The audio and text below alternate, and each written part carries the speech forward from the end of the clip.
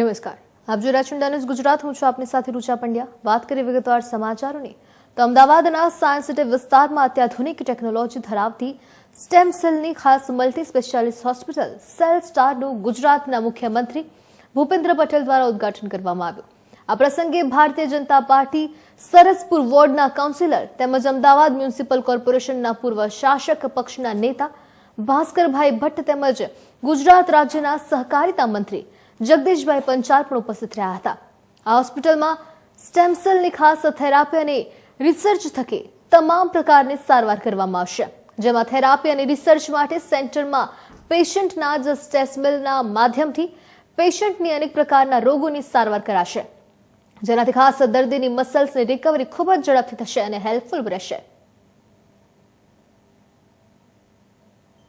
Doctor Ishan Patel, હું immunohematologist at cell star hospital, science city road.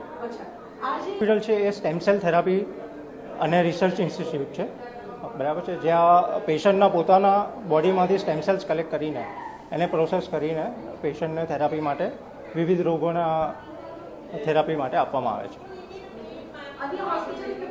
Stem cells therapy સિવાય પણ આપણે હાઇપરબેરિક ઓક્સિજન ચેમ્બર જે પેશન્ટના રિકવરી માટે, બરાબર છે, મસલ રિકવરી માટે હેલ્પફુલ થાય છે.